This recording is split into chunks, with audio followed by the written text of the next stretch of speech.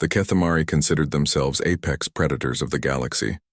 Their chitinous exoskeletons gleamed like obsidian under the harsh lights of their command ship, and their compound eyes missed nothing as they observed their latest prizes through reinforced transparisteel.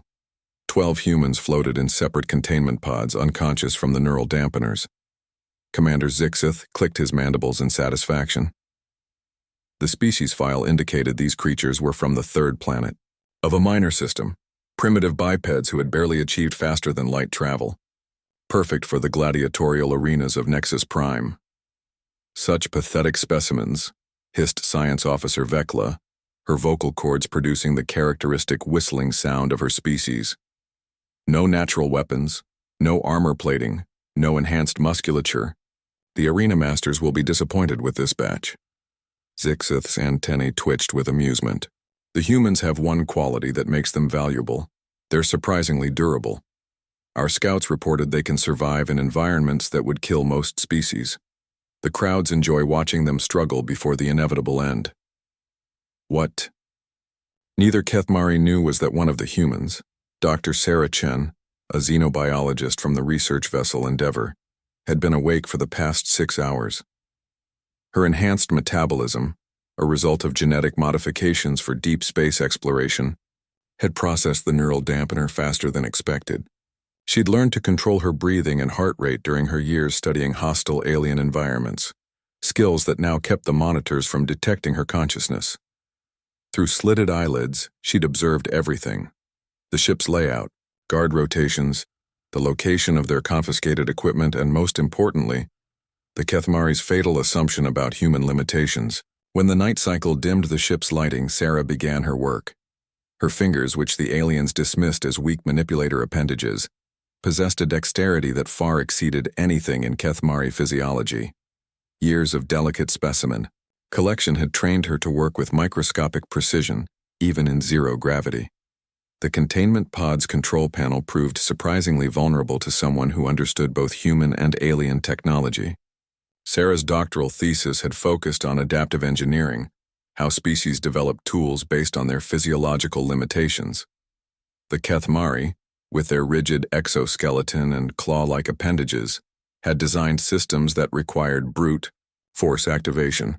They couldn't conceive of the subtle electronic manipulation that human fingers could achieve. One by one, Sarah freed her companions.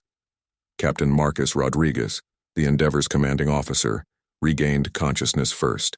His military training kicked in immediately, and he assessed their situation with the cold efficiency that had earned him command of humanity's most advanced exploration vessel. "Options?" he whispered, his voice barely audible. 12 of us. Approximately 40 of them," Sarah replied, her fingers already working on the next pod. "But they've made several critical errors in their assessment of human capabilities." As the crew awakened, each brought their expertise to bear. Dr. James Okafor, their physicist, had spent years studying alien propulsion systems. Engineer Lisa Santos knew more about ship architectures than most species knew about their own vessels. Marine Sergeant David Kim had trained in close-quarters combat across 3 different gravity environments. The Kethamari had studied human physiology, but had missed the most crucial aspect of their species: adaptability. Where other races specialized, humans generalized. Where others relied on natural advantages, humans innovated. Where others accepted limitations, humans found solutions. Sarah's team moved through the ship like shadows, their soft-soled feet silent against metal decking that rang like chimes under Kethamari claws. Their smaller stature, dismissed as weakness, allowed them to navigate maintenance shafts and service corridors that no Kethamari could enter. The first sign of trouble came when Guard Unit 7 failed to report. Commander Zixith's mandibles clicked in annoyance as he dispatched a patrol to investigate. They found the guards unconscious, secured with restraints fashioned from their own equipment. "Impossible," Vekla hissed. "The neural dampeners should have kept them unconscious for days." But humans had learned to overcome their limitations millennia ago. What the Kethamari saw as weakness, their lack of natural weapons, their fragile bodies, their dependence on tools, was actually humanity's greatest strength. They had evolved not to dominate through force, but to survive through intelligence. Captain Rodriguez led the assault on the bridge with surgical precision. The Kethmari fought with the ferocity of natural predators, but humans fought with something far more dangerous: strategy. They used the ship's own systems against its crew, turning environmental controls into weapons and communication arrays into traps. The battle was over in 23 minutes. Commander Zixith found himself bound to his own command chair, looking up at creatures he dismissed as inferior specimens.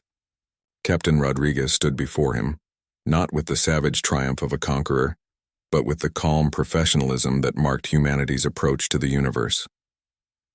"Your people made a fundamental error," Rodriguez said, his voice carrying the weight of species that had clawed their way from prehistoric caves to the stars. "You saw our lack of natural weapons and assumed weakness. You missed that we are the weapons." Dr. Chen approached, her scientific curiosity evident even in their current circumstances. "Your species evolved as apex predators on a world that rewarded individual strength. Ours evolved as persistence hunters on a world that rewarded cooperation and innovation.